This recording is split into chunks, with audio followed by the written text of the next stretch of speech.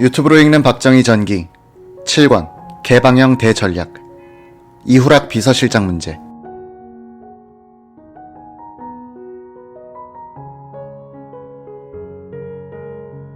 (1964년 6월 2일) 새벽 계엄령 선포 전야 학생들의 버릇을 고쳐놓겠다고 다짐하는 박정희에게 정구영 공화당 의원은 정부와 여당의 잘못도 있으니 이 기회에 과감한 시정 조치가 있어야 한다는 취지의 건의를 드렸지만 박정희는 별로 찬성하는 기색은 아니었다고 한다. 한두 달 전까지만 해도 박 대통령은 반대 세력을 설득하고 그들이 요구하는 것을 수용하려고 애쓰는 자세였으나 이날 밤은 힘으로 대처하려는 단호한 모습을 보였다. 정구영은 그날 내가 한 이야기는 구름 잡는 정치지 현실 정치는 아니었는지도 모른다. 지금 생각해보면 참 어리석은 얘기를 했었다고 생각된다고 회고했다. 6.3 사태를 전후한 시기에 박 대통령은 1년 전 민정이양 때에 이어 또다시 한국 정치의 분열상과 지식인의 단견에 절망하면서 고독 속에서 자신의 확신을 더욱 다지는 결심을 하게 된다. 그는 사석에서 수없이 접장들과 학생들 그리고 기자들 때문에 나라가 안 된다는 불만을 털어놓으면서 이런 풍토에서는 민주주의는 안 된다. 내가 욕을 먹더라도 라고 말하고 있었다. 박 대통령은 6월 26일 오전 계엄하에 국회에 나와 시국 수습에 관한 교서를 발표했다. 회색 재건복에 색이 10개 깔린 안경을 쓰고 나온 박 대통령은 약 30분간 연설문을 읽어내려갔다. 박 대통령은 겸손하고 솔직하게 자신의 과오를 인정하는 말로 연설을 시작했다. 때로는 의욕의 과잉으로 무리한 시책을 강행한 나머지 다소간 민심과 유리된 바도 없지 않아 있었고 경험의 미흡으로 뜻 아닌 결과를 초래한 것도 있고 하여 한없이 자책의 심회를 금할 수 없습니다. 이러한 결과적 책임은 모두 나에게 있는 것이며 그 누구에게도 책임을 전가시킬 생각은 없습니다. 정녕 나대로 성의를 다하여 한다는 일이 결과는 반대 현상으로 나타났던 일도 있었습니다. 내가 이런 말을 하는 것은 둔사도 변명도 아닙니다. 다만 솔직한 고백에 불과합니다. 그는 먼저 학생들의 시위를 비판했다. 과연 이 나라는 누가 정치를 하는 것인지 정부는 날마다 밤마다 학생 데모 막기에만 골몰하고 국민들은 불안의 도가니 속에서 한숨만 쉬고 이것은 학장도 교수도 막을 수 없다. 학부형도 학자모도 막을 수 없다. 게다가 정치인은 그것을 이용하고 있다. 어떤 국회의원은 그 데모가 국회의사당 앞에 오는 것을 걱정하고 있다. 다른 국회의원은 그것을 환영하고 있다. 이런 실정 하에서 누가 정권을 잡더라도 안심하고 정부의 기능을 충분히 발휘할 수 있겠습니까? 박 대통령은 이어서 그들이 자발적으로 학생 본연의 자세로 돌아가야 한다는 것이 근본 문제이기는 하지만 입법으로 이를 보호하고 규제할 필요가 없지 않다는 것을 나는 확신하는 바이다 라고 말했다. 그는 이제 언론을 맹공한다. 언론이 없는 시간부터 세상은 암흑천지가 되는 것도 사실이지만 세상에는 신문이 나라를 망치고 있다는 소리도 있고 이 사회의 혼란은 신문에도 상당한 책임이 있다는 소리도 있습니다. 이런 소리가 다만 하나의 잠꼬대에 불과한 것이겠습니까? 우리나라 신문은 지난 15년간 선의이건 악의이건 너무나 많이 국민들을 자극했고 선동적인 언사를 써왔습니다. 이렇게 하여 경영상 수준은 맞춰왔을지 몰라도 국가사회에 유익한 일만 해왔다고 단언할 사람이 누가 있겠습니까? 그런데 그보다도 더 이상한 것은 사람들이 저마다 속으로는 신문이 너무 과하다. 신문이 이래서는 안 돼 라고 하면서도 아무도 감히 입을 벌려서 큰 소리로 그것을 시정하라고 외치는 사람이 없다는 사실입니다. 만일 우리에게 자유를 수호할 의무가 있다면 타인의 자유나 타 기관의 자유를 침해하는 자유를 규제할 의무도 있어야 하지 않겠습니까? 이것은 진정한 언론의 육성과 조금도 배치되는 것이 아니라고 확신합니다. 박 대통령은 언론 자유를 규제하는 입법을 하겠다는 뜻을 내비친 것이다. 이어서 그는 끝없는 정쟁을 비판하기 시작했다. 그는 학생 데모나 무력으로 인하여 또다시 정변이 일어나는 사태가 없어야 한다면서 다른 사람은 그런 말을 할 수 있지만 나는 그런 말을 할 수 없다는 견해도 있을지 모르나 그럼으로써 더욱 평화적인 정권 교체를 실천에 옮겨서 국회를 공공히 하여야 한다는 사명을 통감하고 있다 라고 했다.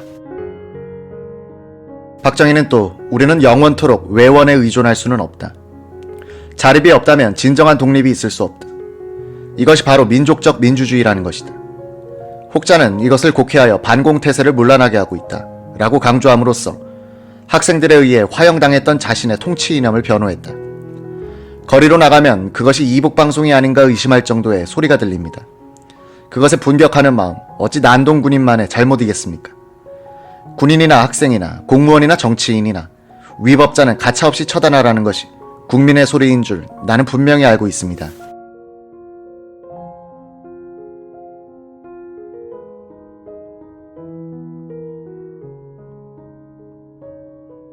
박 대통령은 6.3 개혁령 선포 사흘 뒤 동아일보를 찾아가 당직 기자에게 군과 관련한 보도에 대해 불만을 토로한 공수부대원 8명을 구속하도록 지시했던 적이 있었다. 그는 이런 마당에 학생이라고 해서 성역처럼 봐줄 수 없다는 뜻을 분명히 한 것이다.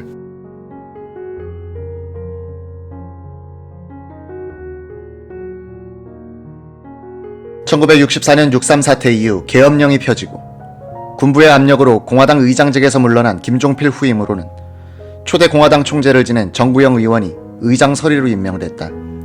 6월 10일의 일이었다. 그가 당 의장이 되고 나서 보니 당 운영 경비를 대통령 비서실장 이우락 갓에서 타쓰고 있었다. 변호사 출신인 그는 이틀 뒤 청와대에 들어가 박정희 대통령과 만났다. 그는 먼저 정치자금 이야기부터 꺼냈다. 나는 30여 년간 법조계 생활을 했기 때문에 모든 것을 법치라는 면에서 생각하고 있습니다. 민주국가에서는 법치주의가 절대적 요청입니다. 정치자금을 염출한다는 것은 우리 형편에서 대단히 어렵습니다. 김종필 씨가 궁지에 몰린 소위 4대 의혹 사건도 정치자금을 모으는 것이 얼마나 어려운 것인가 하는 걸 보여줍니다. 먼저 진언드리고 싶은 것은 청와대에서는 정치자금에 대해서는 상관하지 말라는 겁니다. 박 대통령은 뭐 그런 일이 있었나요? 라고 했다. 정구영은 이우락 실장에 대해서 문제를 제기했다. 한간에서는 내각은 껍데기고 알짜는 청와대에 있다. 이우락 실장은 부통령이나 마찬가지고 실제로는 국무총리 대행이고 재무장관이고 상공장관이다. 인사, 자금에 관한 것은 이우락 씨를 통하지 않고서는 일이 안 된다. 정부 장관들은 로봇이다. 이 실장의 쪽지 한 장만 들어가면 그것이 곧 지상명령이다. 이런 말이 벌써 유포되고 있습니다.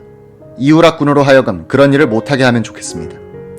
비서실장을 바꾸는 것이 옳다고 생각합니다. 생각해 보겠습니다. 좋은 의견이신데 잘 생각해서 처리하겠습니다. 정구영은 물러나 이우락 실장이 교체되기를 기다렸으나 소식이 없어 또 청와대로 들어가 박 대통령을 만났다. 청와대 비서실에서 정치자금을 맡게 되면 그것은 대통령이 직접 하는 것과 마찬가지가 됩니다. 비서실장은 대통령의 분부를 기계적으로 일을 전달하는 사람이어야 합니다.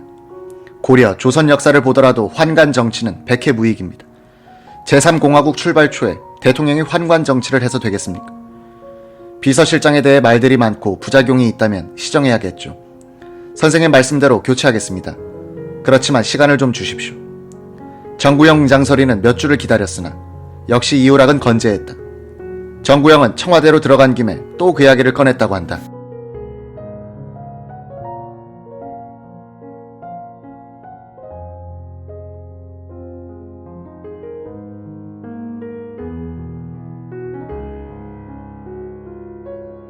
박 대통령은 이우락 군이 그만두면 후임은 누가 좋겠습니까? 하고 물었다. 그거야 대통령께서 고르실 일 아닙니까? 그렇지만 마땅한 사람이 없어 저더러 추천하려면 하겠습니다. 누굽니까? 서인석 군은 어떻습니까? 제가 근 2년간 접촉해보니 젊은 사람이지만 상당한 식견이 있고 이런 면에서 유능하다고 봤습니다. 그 사람은 국회의원인데 의원직을 사임하고 비서실장을 할까요? 대통령께서 나라를 위하시는 입장에서 권하시면 그도 의원직을 내놓고 소임을 맡을 겁니다. 저도 그 일에 협조하겠습니다. 알겠습니다. 며칠 여유를 주십시오. 홀가분한 기분이 된 정구영은 청와대를 물러나 소식을 기다렸으나 이후락은 오히려 당정회의에도 참석하는 등 활동이 더욱 활발해지는 것이었다. 정구영은 그 뒤로는 이후락 문제를 꺼내지 않는 대신 대통령과 이야기하는 도중에 이 실장이 들어오면 입을 닫아버렸다. 각하하고 저하고 정책 문제에 대해서 말씀을 나누는데 왜 자주 이우락 군을 입회시킵니까? 그는 사무관입니다. 그 이후로는 박정희 대통령도 이우락 실장으로 하여금 배석하지 못하게 했다. 그랬는데도 이 실장은 조용히 들어와 저만치에서 가만히 서 있는 경우가 있었다. 그러면 박 대통령은 실장은 좀 나가 있어 라고 했다. 공화당 당무회의에서도 김용태 의원 등이 당의 이름으로 이율학의 해임을 대통령께 건의합시다라고 들고 일어났다. 정구영은 그 문제는 당의장인 내게 맡겨달라고 타일렀다. 다음날 당정 연석회의가 박 대통령 주재로 청와대에서 열렸다. 정구영 의장이 이율학 문제를 꺼내지 않으니 김용태 의원이 어째서 당무회의에서 결의한 것을 말씀드리지 않습니까? 라고 대들었다. 박 대통령이 의아해하면서 무엇을 가지고 그러는 겁니까? 하고 물었다. 정구영이 자초지종을 이야기하니 대통령의 얼굴이 새빨개졌다. 박 대통령은 아래를 내려다보고 한동안 침묵하더니 자리에서 일어나면서 정색을 하고 말했다고 한다. 대통령 비서실에 관한 인사 문제는 대통령에게 이리 마시죠. 정구영은 당무회의에 산회를 선포하고 대통령을 따라 나와 집무실로 들어가 사과했다. 박 대통령은 이거 너무들 하십니다 라고만 했다. 다음날 정구영은 당 의장설이 사퇴서를 대통령에게 냈다.